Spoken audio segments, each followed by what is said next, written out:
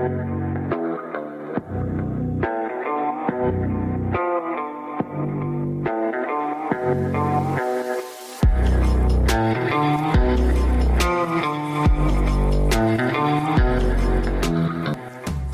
everyone, and welcome to another episode of Looking for Love in All the Wrong Dust Jackets, a show where three disgruntled harpies talk to you about everything we love in romance, whether that's books, movies, TV shows, whatever we like. My name's Liz. I'm Danny. And I'm Wiggles. And welcome to the episode.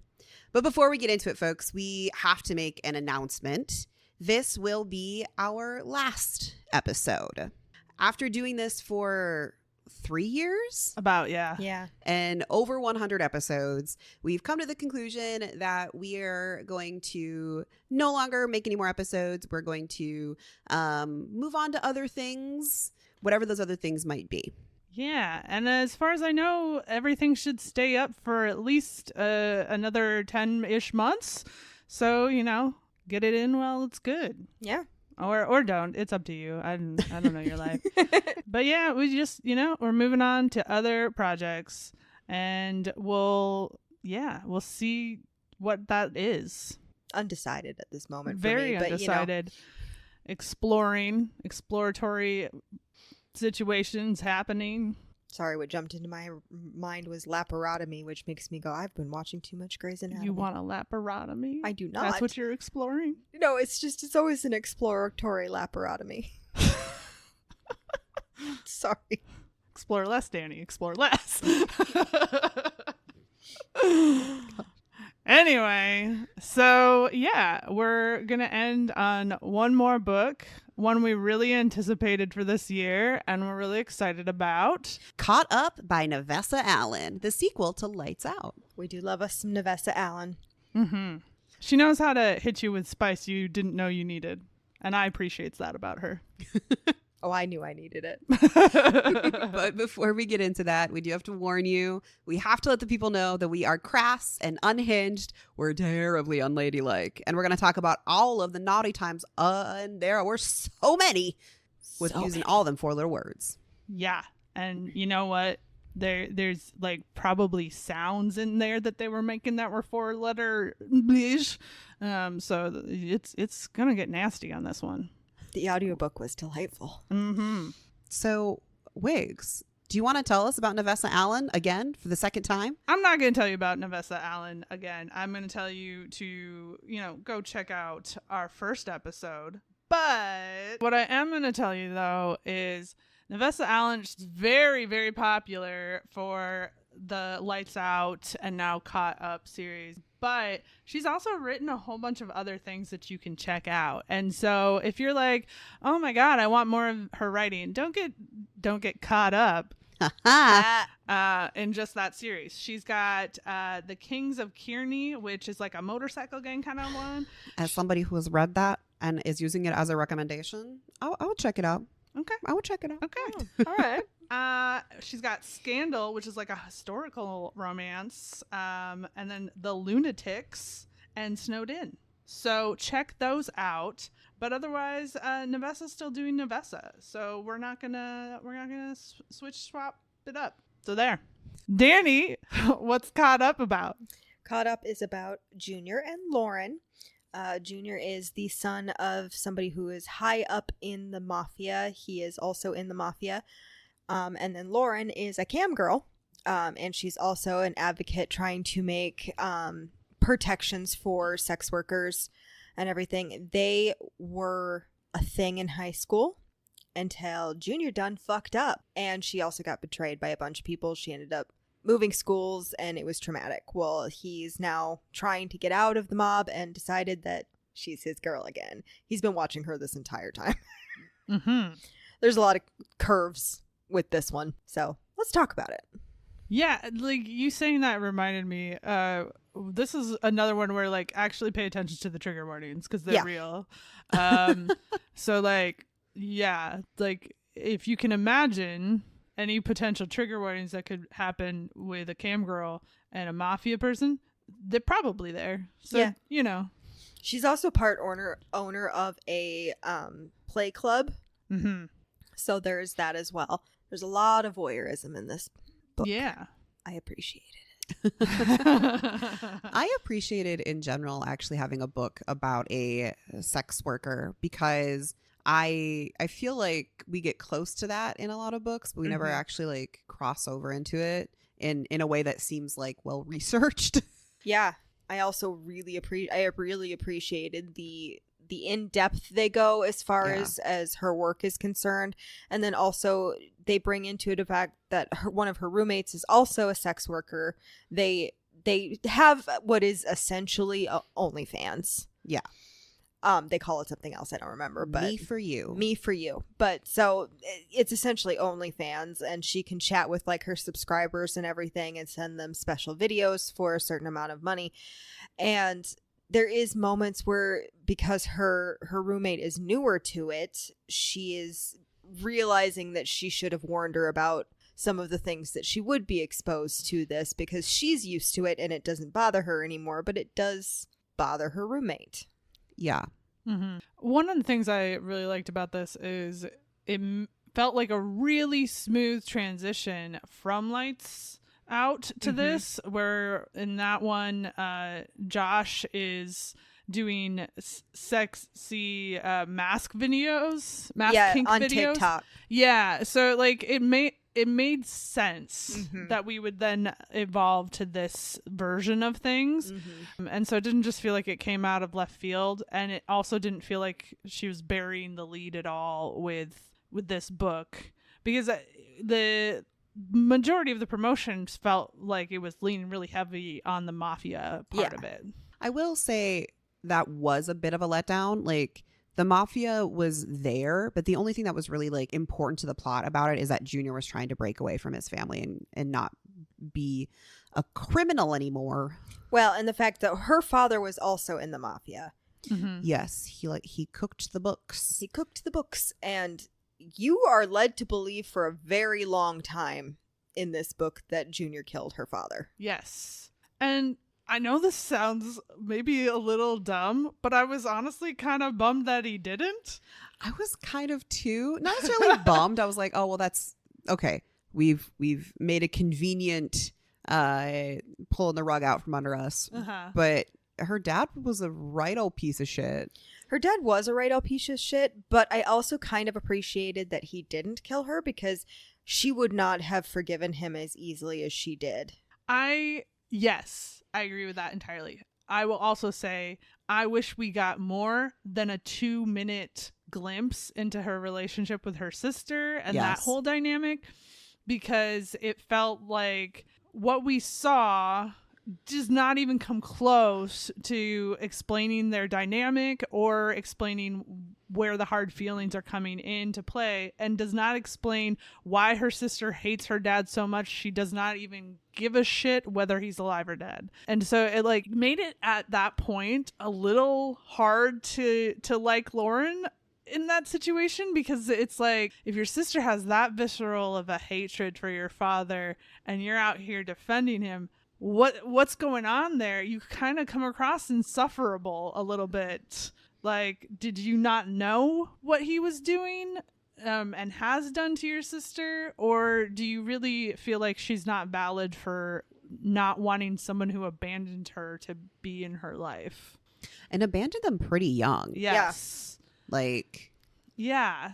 And know that she was really young to when it happened, so maybe it didn't sting the same way. It could be. It could just be that she doesn't remember. Like, Lauren doesn't remember as much as her sister does, and so the sting is worse for her sister. Because I mean, Lauren's kind of like, well, I knew most of my life with Nona, and yeah. Well, and the way that it gets wrapped up, too, is that when it goes back to Nick's point of view, he says, yeah, her sister was a bitch in high school, too. And that's all you get. And you're like, oh, was she? Or was she just angry because her life was not being treated like it had value and mattered? By people who it should matter to. Yeah. Yeah. Well, and we get little glimpses of how it's affected Lauren, because she does say that she has like abandonment issues. And obviously some of that comes from what happened with her and Nick in high school, but she does say it comes from her parents not wanting her and her sister. So like, I agree. She has a 1 strike rule. Yeah. And all of that makes sense. So, like, if we go back to the beginning, right, and we talk about where the origin of their relationship was, is that he was enamored with her for a long time. She was enamored with him for a long time, but neither one of them really realized it. And then one day he just goes, yep, today's the day. I'm going to get that ass. And he does. Good for him. Yeah. And he pulls her aside and does naughty things while fireworks are going off. Right? And I'm just like, that would have worked on me, I fear. I would have fawned and then been like, this is nice. So then after they do naughty things, they spend, it was a couple weeks or a couple months? Weeks. They spend a couple weeks together. She loses her virginity to him because he snuck in her window in the middle of the night, which I know is dumb, but makes me go, oh, a little bit. Like, it's a high school thing, I feel. Yeah, when you're a teenager, just like all of that stuff that's obviously fucking stupid seems like a great idea. Yeah. And her best friend is pissed about their relationship and outs it to everyone. In the most traumatic way possible. Yeah, with her diary. Steals her diary, makes copies of it, puts it everywhere, puts it online. And outs her fan fiction, which you whore. I think the worst part of it, though, like, all of that's awful and degrading and dehumanizing. But the worst part is her flipping it and saying she's crazy and delusional and she thinks she's in this relationship with him. And then that's where Nick really fucks the fuck up, is he does not show up for her and say, no, this is my girl. He says, we've never been together.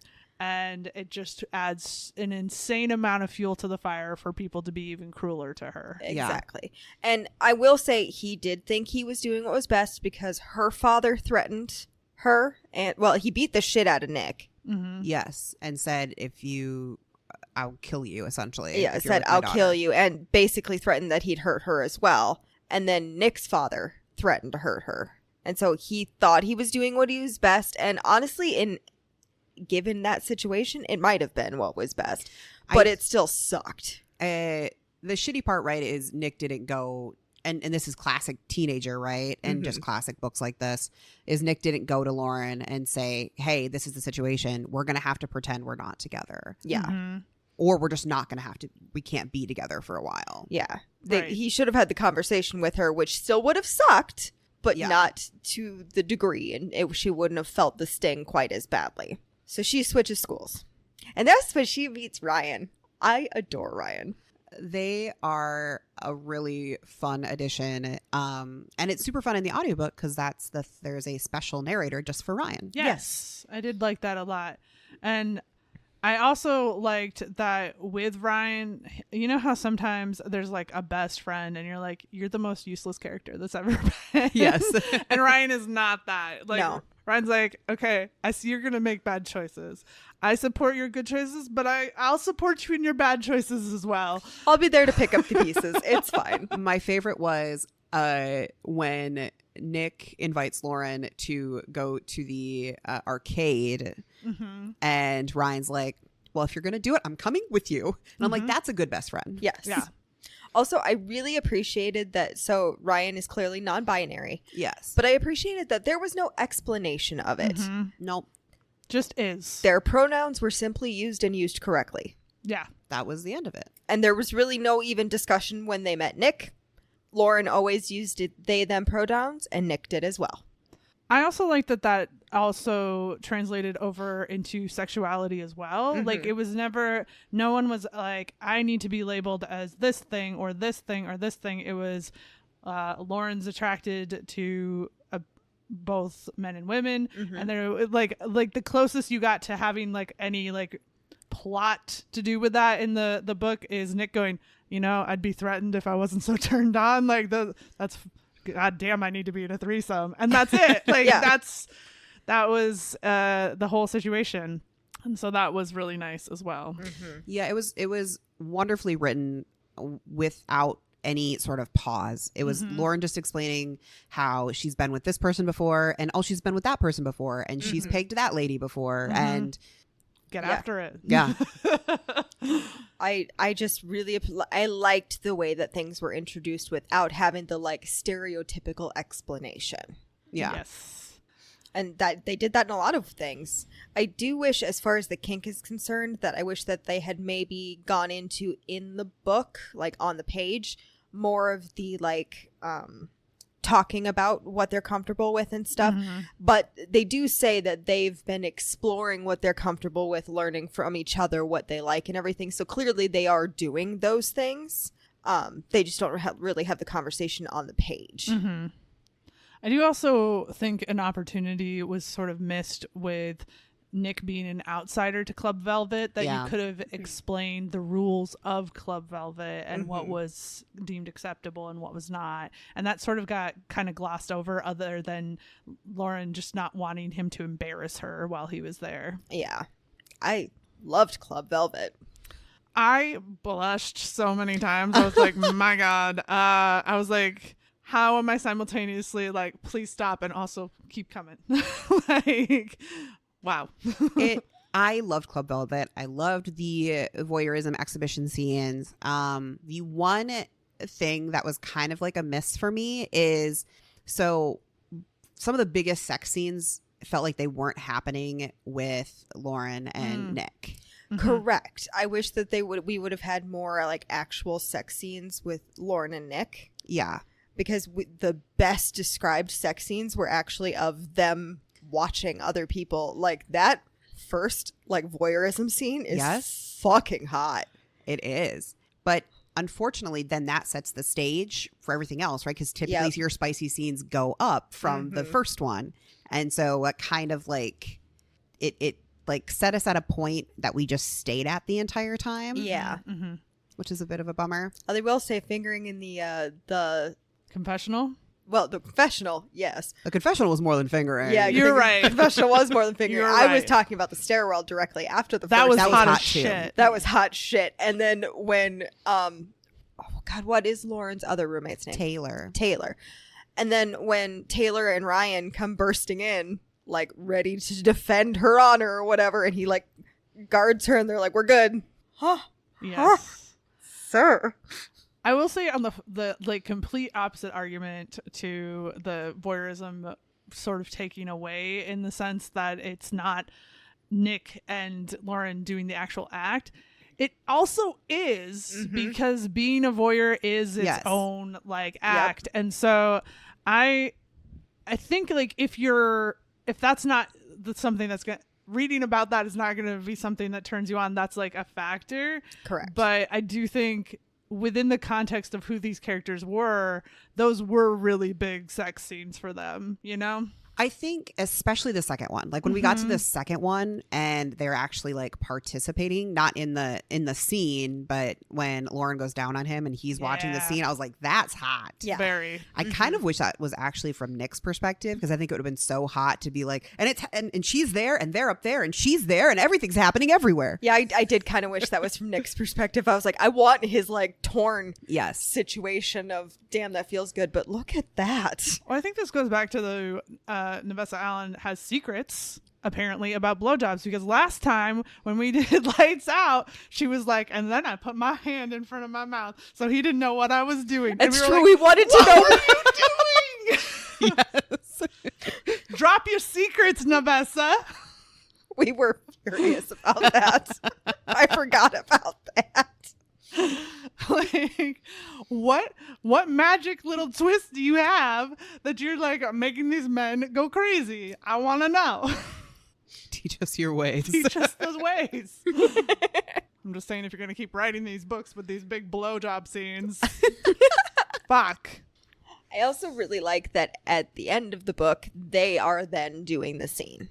That was very nice. It was very nice and also kind of sweet, because like you can tell he's gotten really excited about doing this. Like he's been practicing rope techniques for weeks. I also really like that Nick was the inexperienced one. Like, he was not inexperienced, but he, in the context that they were doing all this in, like, he was the newbie to all of it. Correct. Which is usually not how it goes, right? Yeah. Mm-hmm. And so it was really interesting reading his POV in particular when we were at Club Velvet, where he's like, I'm not sure I'm okay with this. Okay, maybe I am okay with this. Okay, maybe this is the best thing I've ever seen in my life. And that was great. I wish we would have gotten more rooms at Club Velvet, though, not just the voyeurism Yes. room. Yes. Yes, I agree. even if it was just like a drive-by, like Yes. a door is still propped open as they're walking past to the voyeur room and someone's getting their ass whipped or something. Like, I would have been like, okay, Nick, go back and take a peek. On the note of whipping, she talked about that whip so many times, I know. yet, And the dog stole it and everything and chased them with it, which was fucking hilarious. because I would have loved to read a scene where Lauren's whipping Nick. Oh yeah, That would I wanted her to peg him. I also just wanted more toys Yes. used in general, Yeah. because she kept on talking about how in her room she's got all these sex toys, and I was like, give us the details. Ma'am. Brand name and where to get them. Anyway. Especially after Lights Out in the knife scene.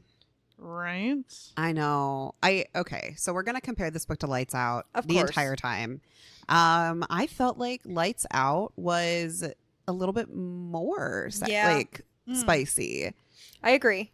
I mean, don't get me wrong. This was hella spicy, and the confessional thing made me feel a lot of religious shame that I haven't felt in a long time. Oh yeah, I guess as the non-Catholic here, I was like, oh look, they're just doing it. And That you was- two had a different experience. That was one of the hottest fucking things. I was very fucking hot. It was very fucking hot, and then my inner, I am no longer a Catholic, but the Yeah. Catholic shame goes It deep. follows you. It follows you. Was internally going in the confessional. Yeah, it's literally like the fucking Babadook, like on your shoulder. And Yeah. you're like, could you please give me some peace and quiet? I'm trying to enjoy my book. What the fuck? I guess to me it was no different than them being in a closet. So like it was like hot in the sense that they were like almost getting caught.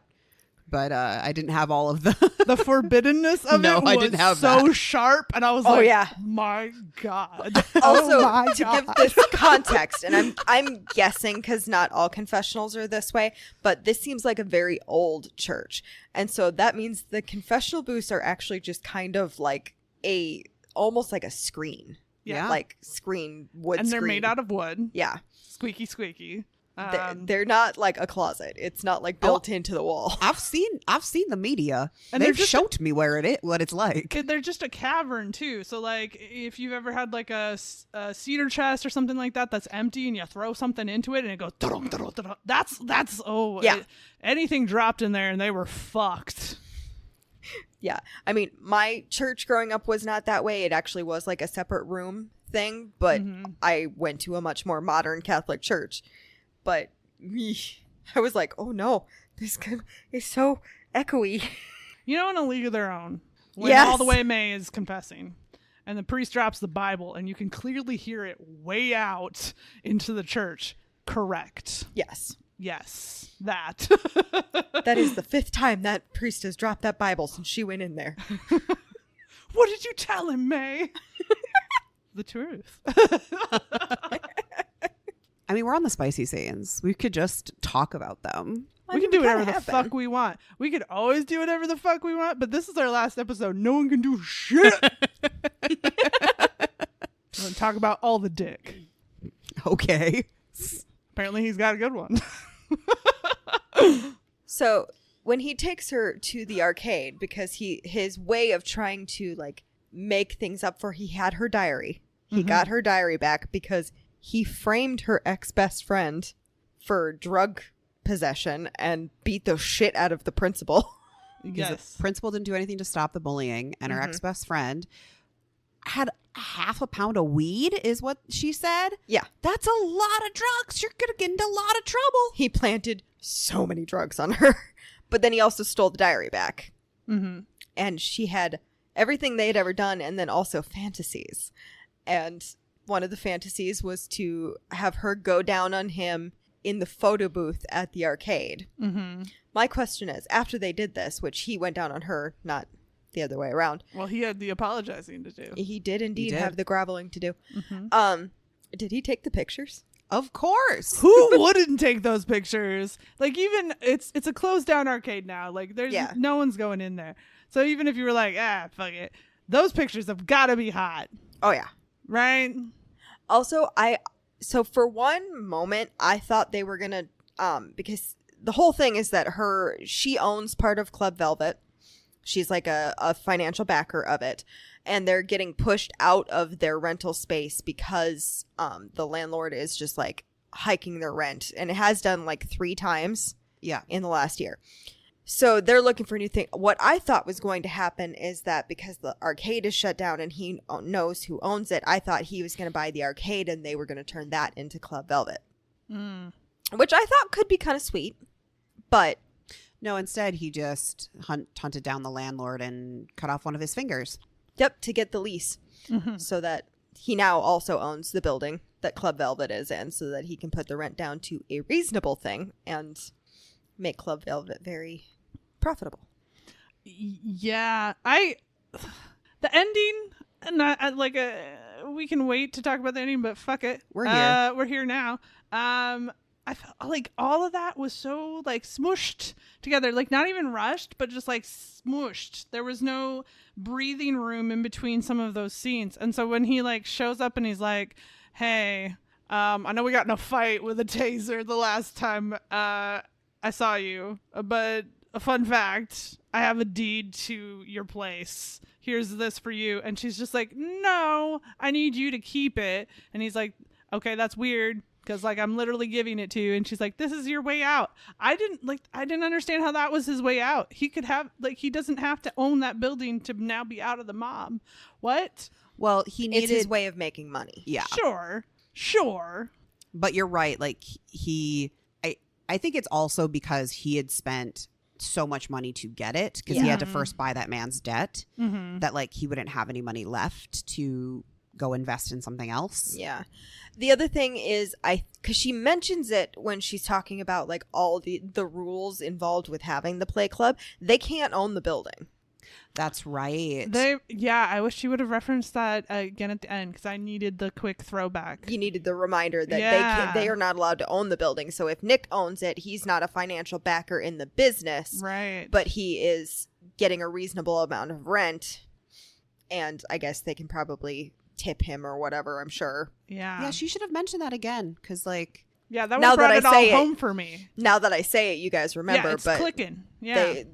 Because they can't sell liquor, so like their clientele brings things that they like store back there to give them, and they can't own the building. Like, it all has to do with, because I think it would be considered kind of a brothel at that point. Yeah. When in reality they're just giving them a place to come and consensually play. Yeah, but you still have to pay to have a membership. You have to pay to have a membership. So I could see how that is like, because they have to have like background checks and all of that, and they have to maintain the space.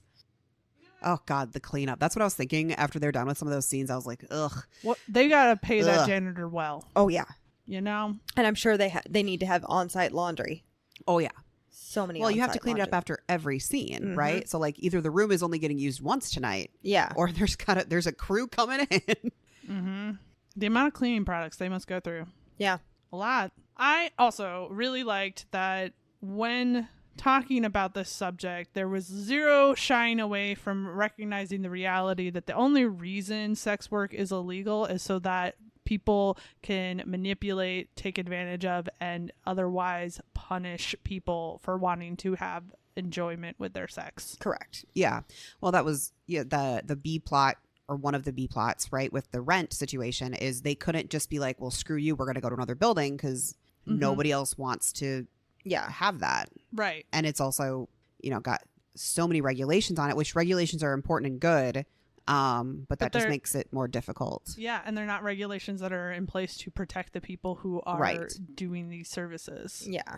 So I really appreciated that. Like, I would say part of, speaking to your earlier point, that there aren't a ton of books that actually speak to sex work is because it's kind of a difficult topic to broach in a way that is positive for sex workers and not I don't even know what the right way to say it. Like, there is an inherent Judeo-Christian like viewpoint that's very judgmental towards sex workers. And I think a lot of people know that even if they are here writing smut, that they're maybe not unpacked enough to write something like this. Yeah.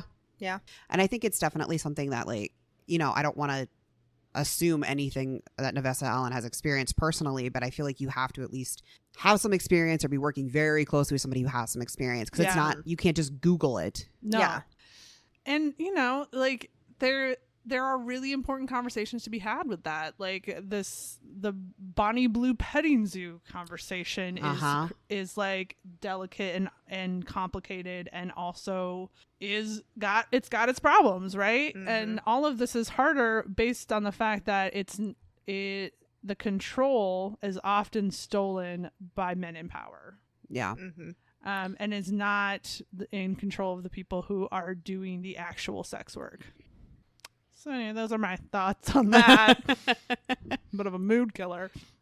Well, we do see speaking of the whole men in power situation, right? There's a scene where they're at the club and Lauren and Junior are moving to kind of like the next stage in their situationship, and while they're just having some drinks down in the lobby or whatever area, some drunk guys try to like rush in, and one gets past the bouncer, and it becomes like quickly becomes something that could have been a dangerous situation if Nick didn't step in and be a little bit more violent than he should have been.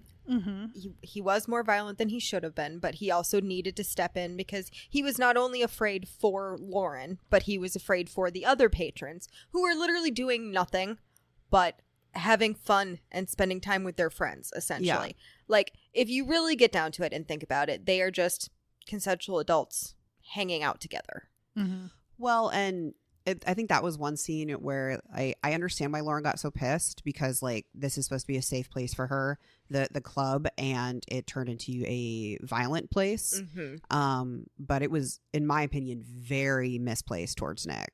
Yes, I think she was more angry that violence entered her safe place than the fact that Nick took care of it, and she lashed out at him for, you know, doing the things. She got mad that this entered her space, but it was misplaced at Nick.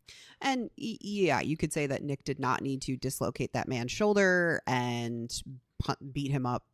He definitely took it way too far, but he also, in the context of Nick, didn't. Right. You know, and so that's the other tricky part of it. It's like, you can get your shoulder reset and your face will be fine. It will heal fine. Well, and in a certain degree, and she should realize this about him, he's been working for the mob for a long time. Most of that was reactionary. Yeah. I mean, same thing with when she tased him in the back. Yeah, that was a bad move. Like, he threw her up against the wall and grabbed her by the throat, and the second he realized who it was, and then he let go. And then she like snapped at him of like, well, you did hurt me. And it's like, girl, you broke into his place and tased him. Broke into his place and tased him. Like, I'm sorry, what did you think was gonna happen? Like this strange, like, false bravado of thinking that you should break into a person in the mafia's place, surprise them, and then tase them. One thing I didn't like about the book, and it wasn't enough to like ruin the book for me or anything, but I really struggled sometimes with Lauren and her kind of like sanctimonious attitude about things. Yeah. And that was kind of one of them where I'm like, but you're in the wrong in this moment. Yeah. Like, even if let's say Nick did kill your father, you should not have confronted him on your own. Like, you're wrong from top to bottom, and yet you're pissed at Nick for having a bad reaction to you fucking breaking into his house and tasing him and accusing him of murder. Like, well, and he had the whole physical aspect of that was solely reactionary to someone tasing him. Yes. The second he realized it was her, he stopped himself. I can't say that I would have reacted any better. No. Granted, I would have been on my ass because mode. I would have been like, I don't know where I'm swinging, but I'm swinging. yeah. I mean, granted, I would have been on my ass because tased, but Well, that's the other thing. It's like, you can't tell me that somebody who's been tased is immediately going to go into a calm and rational mindset. Right. Like, And then, yeah, he does lash out verbally at her as well, which not his best moment, but No. again, tased. But also, you were cornered, confronted, and physically assaulted. Yep. Like, you're not exactly in the best. Yeah, no, I didn't blame space. him at all in that. I had a moment of, oh, honey, you really need to take care of that temper.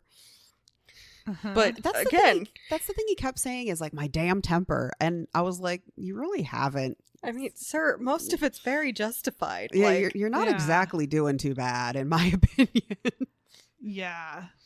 say my temper's flared worse, and I don't really have that bad a one.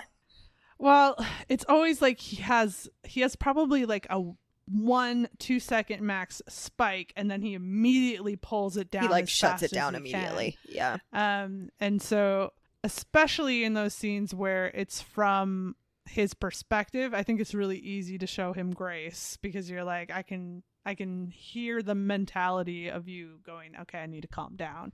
So, but I'm sure that if you don't know him, that energy coming at you, you're like, fuck that. No, I'm good. Bye. Honestly, with Nick, some of my favorite moments in the entire book were like interactions with him and his brother. He's like, oh, here we are again playing our favorite game. What's in the box? Guys, they're bearing a box that their father told them to. They have no idea what's in it.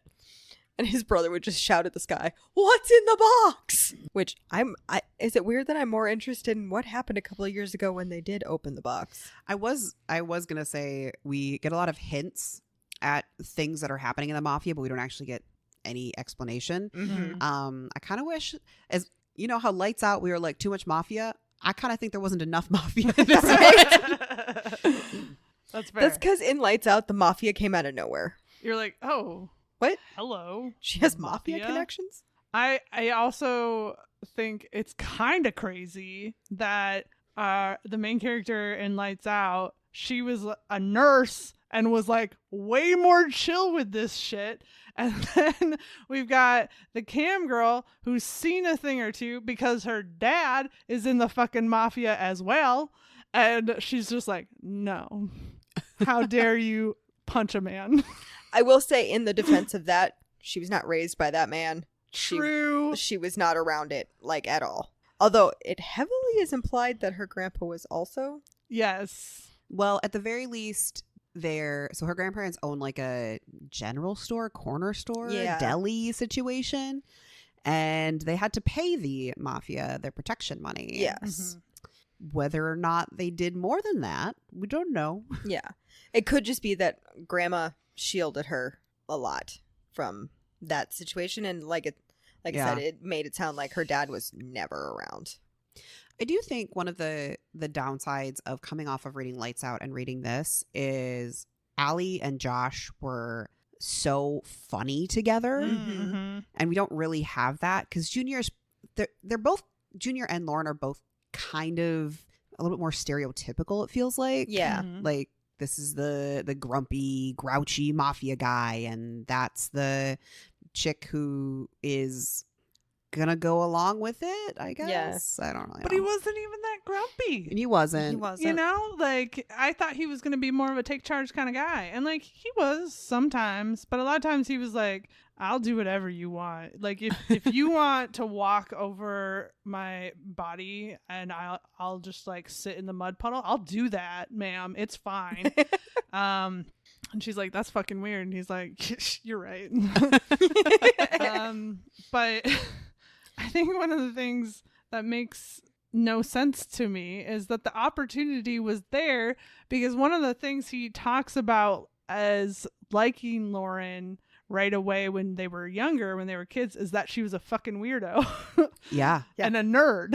And it's like, okay, so like, we're not going to play with that at all. As an adult, she no longer is a freak nerd girl.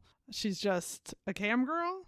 It sort of felt like her adult. I wish, even if it was like she had smoothed out her edges that way a little bit for performing this fantasy for these people, that he would have been like, oh, come on, like, don't think I don't know what that girl with the glasses and comic books is about. Like, you need to bring her back out. I think that would have been a really great way to bring the weird, you know? Yeah. I agree. Yeah, I agree. And also just a little bit more dimension to Lauren as a character. Yeah. Yes, which would have made me like her a lot more.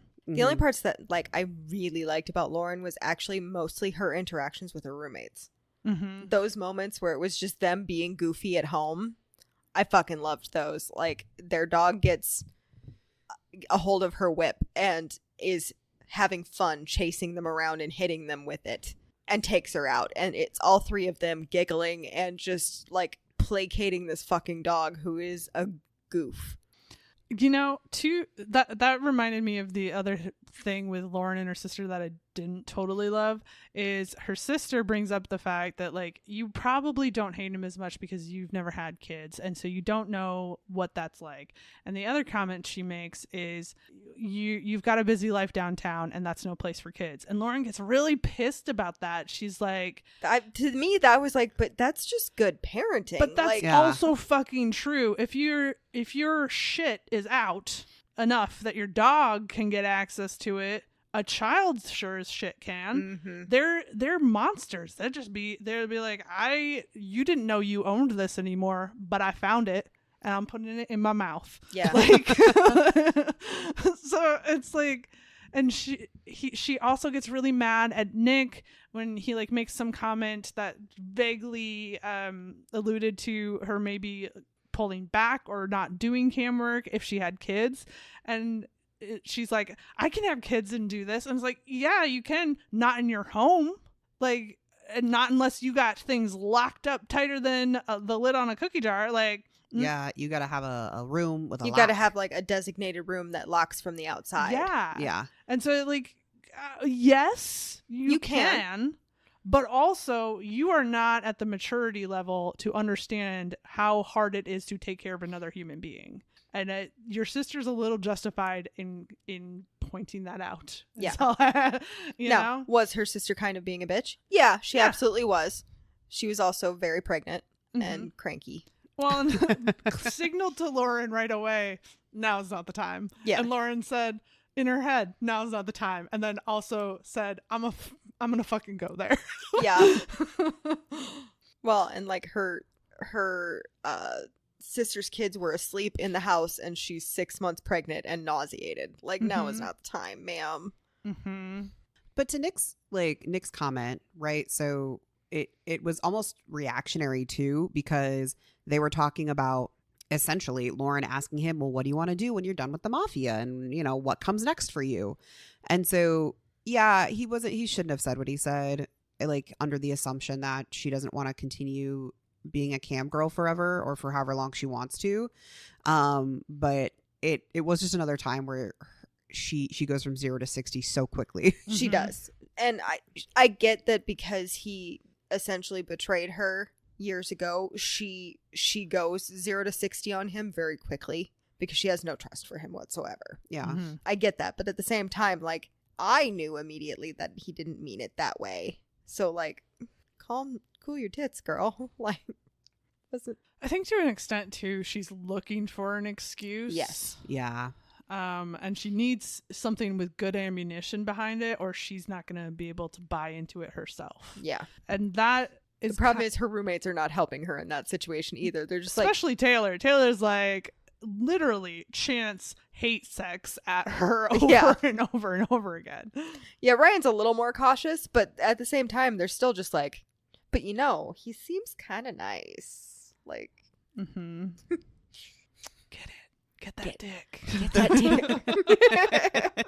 She does. She does. does. She gets after that. I did sort of like and simultaneously dislike that technically it's not, but like the first time they have like all the way, I guess, penetrative sex is like the like penultimate scene. Yeah. And I was like, in some ways, like I kind of like it because you left me wanting more. And you gave me a lot of variety beforehand. But on the other hand, I'm like, but we could have had so many different positions that we didn't have It's because true. y'all weren't getting dicked down. I kind of felt that way too. Yeah. Like, this seems weirdly tame, Mm-hmm. like for what I expected in this book. Yeah. Mm-hmm. I was like, but I want when they were in the confessional, I was like, you could just wait until they go away and then go out of the church and do so many things. He did have to lead away his own family. It's true. Because I think they had the priest with them. And Yeah. so, like, there's a chance he's going to be like, do you want to do a confession? You're like, no. No. No. Yeah, I think that would be the moment I would keel over and die, is if the priest at my grandmother's church caught me fucking in the fucking confessional. Oh yeah, no, if the world could swallow me in that moment, I would welcome it. My body would not allow me to continue living, and I would just have a fucking stroke, and they'd be like, you're done now. Yep, and done. Ow. I don't know. I mean, her grandmother catches her though. Her grandmother is like, get it, girl, Yeah. a lot. And you're like, no. I kind of get it though. They like, I love my husband. Talking as her, I also love my husband. But I was like, where does Pappy come into this? Has he read this yet? no, I don't think he's finished Lights Out. How does he wait that long? He gets distracted. It's like he was reading Lights Out months ago. Yeah. But I get it from Nona's perspective, right? Like, she didn't get to have her fun slutty phase, and you should Yeah. be able to have that if you want it. One true. dick for 52 years. Yeah. You know, go be sleuths. That's the moral of our podcast in general. Just go be sleuths If you want, sloot it Do up. what you want. all the time or whenever you want. Do it, lady. That's for the TikTok girlies who know who Chit is. Anyway, What? I'll show you later. Okay. Literally one of my favorite things on TikTok right now, and it's the thing I need to watch in between all the bad news clips. But yeah, I still think personally, if I'm like ranking, that the one in the church was the hottest for me personally. I was like, my God, I'm in public, I'm running, and thank God I look red when I'm running anyway, because fuck. Yeah. I didn't have the whole forbidden nature the way you guys did, so. Yeah, there was a lot of Catholic shame involved. I'm not even a Catholic anymore. No, but you're never really totally not anymore, you know? Oh, like God. it's they don't even let you be like, oh, I'm reformed. No, you're lapsed or recovering, but you're still there. Was anyone else just a little disappointed? I wanted the blow up to be just a little bigger. Yes. Between the two of them? No, I wanted a bigger blow up about his dad. Yes. Yeah, and not necessarily because like I think that scene was written incorrectly, but because it was meant to be the climax of the majority of the book, Yeah. it felt like it needed to be bigger. Mm-hmm. I mean, Dad went for it, that's for sure. But I wanted something. I wanted a little more fight and a little more argument, a little more of the rest of the family standing up for them. Yeah. You know what I mean? You know what else I wanted? Hmm. And I don't know why this is just suddenly popped in my brain. It has nothing to do with what you're talking about, so harsh transition.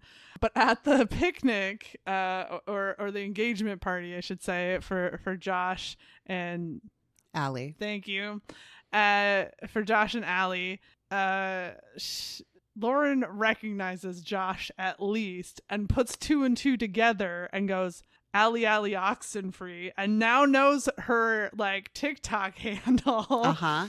Right? And I'm like, I just wanted that conversation. I don't know why we don't get to get that on the page, because they kind of go off and like, oh, hey, about that, right? And I'm like, I want to talk about this. Yes. Yeah. I want that conversation, and I want the inevitable invite to their Me For You OnlyFans thing. I also kind of wanted her to be like, so where did you get all these scratches? Because like Junior briefly mentions that like both of them are scraped up, and it's clearly from the like The best epilogue. scene in Lights Out. Yeah, the epilogue of Lights Out. Yep. Which set me up thinking that there was going to be another massive, awesome epilogue in this one, and I was very disappointed. I know I was too. Mhm. But like I wanted there to be more conversation about that. I wanted Lauren to be like, why are you all scratched up? I don't think they would have been by the time Lauren saw them. Well, maybe not. They had just gotten engaged when Junior saw them, and I think it was probably a couple weeks until the party. But Junior could have clocked it. He did. But he also said he didn't want to know why they were all That's scratched true. up. Because That's it was a his mistake cousin. on his part. I did really enjoy the friendship between Junior and Josh, though. That was hilarious. To have Josh be like, but we're friends. And Junior be like, God damn it, I think we are. Damn it, when did that happen? You're right, we're friends. Stop smiling. Well, especially when you find out that like Junior goes over there to watch the game, which is just like an excuse to hang out. And it's like, yeah, dude, you're friends with your cousin's boyfriend. It's okay. It's okay to admit he's a nice guy. He's also useful to you. Very useful. I will say also with the epilogue, yes, it was not hot and steamy and you're like, yeah. But the nice thing is she, if it wasn't already obvious to the reader, makes it really fucking clear that one of the things that happens in romance series a lot is like it'll follow an entire family, and she's making it clear that it will follow an entire family, but it's going to be a found family, and I think that's really nice. Mm-hmm. Yeah, the fact that they're doing family dinners still, but it's like all of the people that they've decided, and his mom comes there, but she wasn't that time because they were at couples counseling. Dad's being an asshole. I do like the reality of his mom not leaving his dad after that situation, because that is very real. Especially in a mob situation as well. Yeah. And she wants him to be the person he was when she married him, because he wasn't always that way. Well, Junior even says it too. Yeah. He's like, my dad wasn't like this. He played ball with me. Yeah. But they've just been doing violent shit for so fucking long that... Well, yeah, it's got to have a toll on you. Even if you don't notice it, it happens little by little, and it's been... Well, and the paranoia, because like they talk about the fact that his dad is always getting all of the information he can, and anytime he asks a question, it's got like 5 reasons as to like why he's asking that question. And so the paranoia is very evident. Can we talk about... I think we should. the 2 voyeur scenes though themselves, because they were hot as shit. They were hot as shit. But like obviously the first one, like Nick and Lauren's like involvement is very minimal, because they're sort of like, is this okay? Like, I'm not looking at you, stop looking at me, yada yada yada, right? But that first one is all about this man giving his wife good head, and the whole audience was going fucking crazy for it. Well, I think what makes it so hot is it's an incredibly intimate thing. Yes. To be shared with a group of people that still, there is no touching them. It is all about their connection and everything, and they just kind of ignore the people around them. But it was like, oh my. Yeah. Like the talking and everything to each other, and I'm like, oh.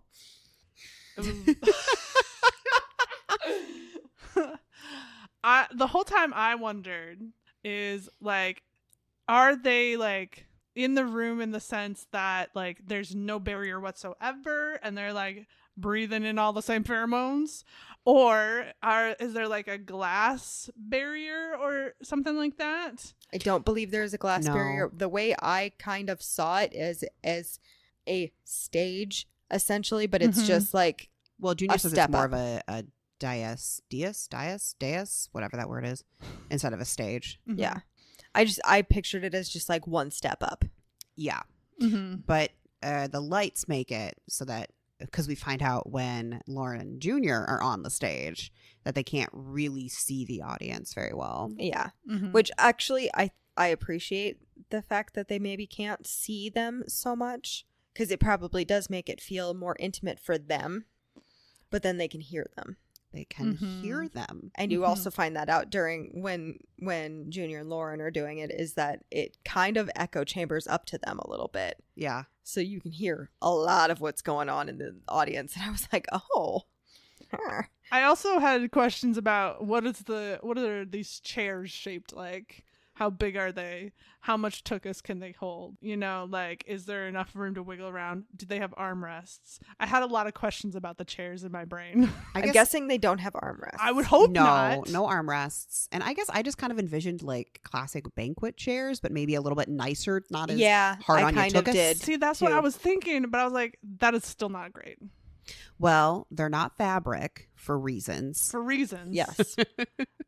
But like considering some of the things that both Lauren and Nick's perspectives were describing, I'm like, that is difficult to maneuver. And maybe Club Velvet should think on upgrading. Well, Lauren is specifically very short and very small, so Nick can just put her places. It's true. Yeah, she's only like 5 foot tall. Yeah. Very small. The second scene, there's piercings involved. Many piercings. Described as a Jacob's ladder on a dick. Yep. Yeah. That's actually what they call that piercing, is a Jacob's ladder. Oh, well, there you go. I was thinking like, anyway, continue. It's pierced all the way up. I got that. Anyway, moving on. But then one of the women participating also had her clit pierced. And her nipples. And her nipples. They were connected together. On a chain. That they could yank around. And they did. Uh-huh. Which made him a little like, and she's like, I really want to tell him that like they know how much pressure to apply so that they don't hurt her. But well, like, there's also safe words, yes. you know. So like, she's not saying her safe word. It must be okay. I love that Lauren's safe word ends up being taser. Yes. That was funny. I was like, I think it would have been really fun though to have more like exploratory scenes where Lauren is teaching Nick some of the stuff. See, and I wanted that more on the page too. Like I wanted them to have the conversations and then like maybe toying around and him finding things that he did really like versus things that he didn't like. Because I feel like that's kind of important because sometimes you don't know that you're not going to like something until you're in the middle of it and then you're like, well, no. How about no? And it's important to understand that. I think something that could have been really hot is another one of those voyeur scenes, right? But that she's ends up sort of just heavily leaning into Nick, maybe even on his lap, whispering to him an explanation for what's happening. Oh, God, that would have been fucking hot. Right? I would have been like, oh, goddamn. I also was really kind of disappointed that there wasn't a threesome scene, considering how much it came up. Yeah. And Nick was really into it. I thought it would have that would have been a perfect pegging scene. She could have pegged him and the girl. I wonder if Nick ever eventually gets like roped in, like he to the cam situation. Like it's said that he's off camera for some of it, but I wonder if like eventually... I kind of wanted him to join her. I know. Maybe masked because of the whole mob ties and everything, you know, or just like his face is never on camera. But the only thing I could think is his tattoos give him away, because that's like the first thing she realizes in Club Velvet, because they're given a courtesy mask when they come in, and she knows right away that it's him because of his tattoos on his arms and hands. And that dumbass did not wear gloves. Like, what were you doing? Right. Which that could be hot too in a cam scene. It could be hot in a cam scene. They could play doctor. I'm sorry, I couldn't resist. Also, the helmet was never really a thing, and the motorcycle just kind of was like there. I honestly thought that was what was going to happen in Club Velvet, is that he was going to come in with the helmet still on and she was going to hit on him, not knowing it was Nick. And he would just sit there quietly being like, hell yes. Also, it could have been really hot to fuck on that motorcycle. I do not understand how you like, think that's not while it's moving. Well, no, obviously. But that would take a lot of balance. Don't look at me like that. Not like that. I mean, the best you could hope for is the man stays stationary and she is like bouncing up on him while he's holding the bike up. Yeah, I guess. But somebody's got to hold the bike up. Well, that's what you need a third person for. Support. Ryan would do it. I don't think Ryan would. I don't think I so. don't Would think I think Ryan would be like, okay, we have to draw a line somewhere, and I'm gonna put my reached foot my down limit. right now, right here. Yeah, I they edit probably all the would not. videos. I have seen more of my friends than I need to. I wonder when that line got crossed where Ryan was roped into being the editor. Was it just like she was bemoaning that she needed better editing for her videos and Ryan was like, I know how to edit? Or was it something where she was like, please, Ryan, edit my videos? Like, I'm curious the genesis a little bit, you know? I'm curious about the genesis of the whole thing. Yeah. Like, how does one begin? Well, especially because it seems like she got in on like close to the ground floor of the me for you situation. And so it's not like the way it is now where everybody fucking knows what OnlyFans is, right? Yeah.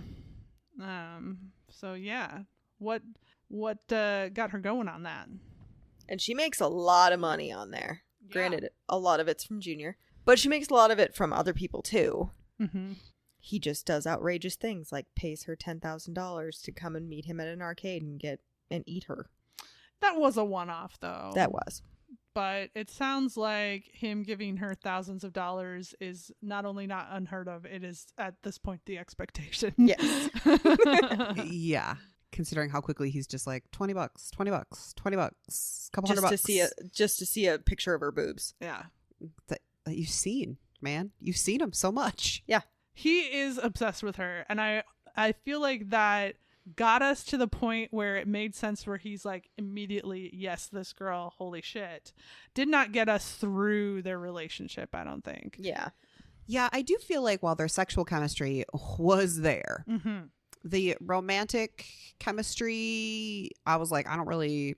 Yeah, I didn't see why she would actually want to be with him in a romantic sense, not a sexual sense. Like, sexual sense, fuck yeah. Like, I get it. hop on and do that thing. But I didn't see a romance side. Well, and even for him, it's like, why are you obsessed with her? Yeah. Because it feels like you're just obsessed with your high school crush at this point. Mhm. Like, you haven't let it go. Yeah. Like, you don't actually know her. And as much as you want to believe, since you've been watching her all these years, you don't know anything about her. You don't know the side that she is when she's watching Love Island with her roommates and the dog, you know? Well, it was kind of giving like a Gadsby Daisy vibe to all of it if they had not had such a violent end. But like he put her on a pedestal and then modified the pedestal to what he was able to figure out from stalking her. Yeah. You know, so he never really took her down from there and let her just be a person, at least not in the book.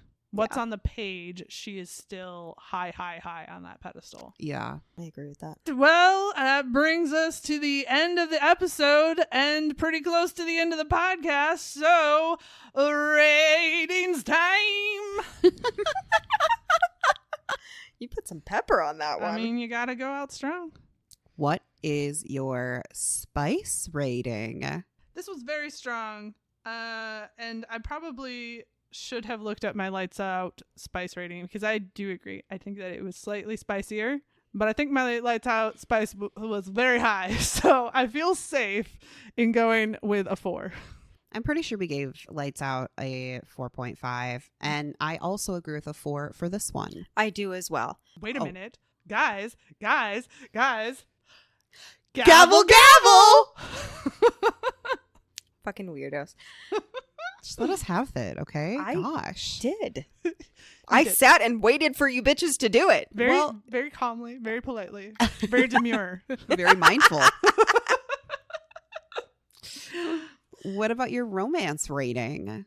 Honestly, and I feel terrible about this, I kind of give it a 2. I don't dig their romance because they don't actually like get to know each other or spend time together not fucking or screaming at each other and tasing each other. That is one of the massive downsides to like any sort of second chance romance or like childhood romance is you skip over some of the fun get to know you bits. Yeah. Yeah. I also felt like it was for it being a romance novel. The romance was one of the weaker elements of this book. And so I'm going to give it a 2.5, but I'm with you. I was also in the 2.5 range, so I'm going to go with that. What's your overall rating? I gave it a 4. I gave it a 4. I also gave it a 4. Which means gavel, gavel. Look at us. We did it. Look at us. Yeah. What are your guys' suggestions for this one? Well, I already mentioned it. It's The Kings of Kearney by Navessa Allen. That one is a motorcycle club romance. And the main character, the main female character, and it is all from her perspective, but listen to that audiobook anyway, because you still get a 2 narrators, and that's very nice. I do love a 2 narrator. She is ex-Air Force, I believe. I can't remember which one. And I remember listening to it and listening to her describe like her injury, because she has a leg injury, and even talking about some of her past experiences, that the character thinking, man, this sounds very detailed in a way that feels accurate to somebody who knows nothing about this. And then I looked it up, and Navessa Allen was in the military, so I was like, that's kind of cool. Mm-hmm. But she and her grandmother moved to a new town because her grandmother has Alzheimer's, and the nursing home there is kind of ranked at one of the better ones. And she ends up working at the biker club as a bartender, and through that finds out that somebody is in a rival biker gang is actually stealing the meds from the nursing home and feeding these people placebos. And so she's like, I'm going to go to war then, because don't fuck with my grandma. And ends up getting tangled up with one of the bikers. He might be the sergeant at arms higher up in the gang. And he's also got a lot of daddy issues, so that feels very much like Junior. Like, the 2 main characters are very similar, so I would check that out. All right, Wakes, what about you? So I don't have a lot of books that feel relatable to this, so I'm just gonna go with a classic, Leather and Lark by Bryn Weaver. It is the more romantic kind of version of this story. There isn't the cam girl thing, but there is a whole situation where she's having orgasmic music, and that's all I'm going to say about that if you haven't read it. So, but there is kind of a mafia sort of vibe to it. I think it's organized crime, but not technically mafia. Mm-hmm. And there definitely is a grumpy to the sunshine, a creative to the destructive vibe. So also just that whole Ruinous Love trilogy is fantastic. Yeah. So yeah, we do like it. There's also a spicy old lady in that book too. This be big facts. Yep. So I'm going to suggest Silent Vows. It is by Jill Ramsauer. It is a mafia romance. It has kind of a little bit of a similar vibe in that it is a person who has grown up in the mafia wanting to get out of it, but it is her. She's a mafia princess, and she got into a car accident with her mother. Her mother died. She no longer speaks, and she gets promised to a different mafias, one of their head people in marriage. So yeah, that's fun. Yeah, so it's an arranged marriage one. I do like arranged marriage ones. Mm-hmm. I do as well, even though I you shouldn't, but they always are I know, I don't ooh. want to like them, but I do. So tasty. I love the force proximity. Mm-hmm. And just it's great. Plus, I love anytime there's a conversation of okay, do we have to have sex? Because depending on what type you're reading, the answer is you do have to consummate the marriage. Yes. I'm how are you going to make this work? Right? Yeah. Yep. Correct. But yeah, and it's not that she can't talk, she isn't, because things. Yeah. She knows things. Mm-hmm. And so she makes everyone think she can't. And then when she moves in with her now husband, he's like, wait a minute. He figures out very quickly that she can talk. Gotcha. All right. Well, folks, that's the end of the episode. If you like this episode, you can find us out there on the socials at Wrong Dust Jackets, primarily on Instagram and TikTok. I don't think you really find too much new, but you can certainly go look at all the other fun stuff we've talked about on previous posts. And you can go to our website, wrongdustjackets.com, where you can find a list of all of the episodes we've done previously. And we would like it. We would love it. It would be a great sending off if you could give us 5 stars, rate, and review. That's all I've got. Bye, y'all. Bye-bye. Bye.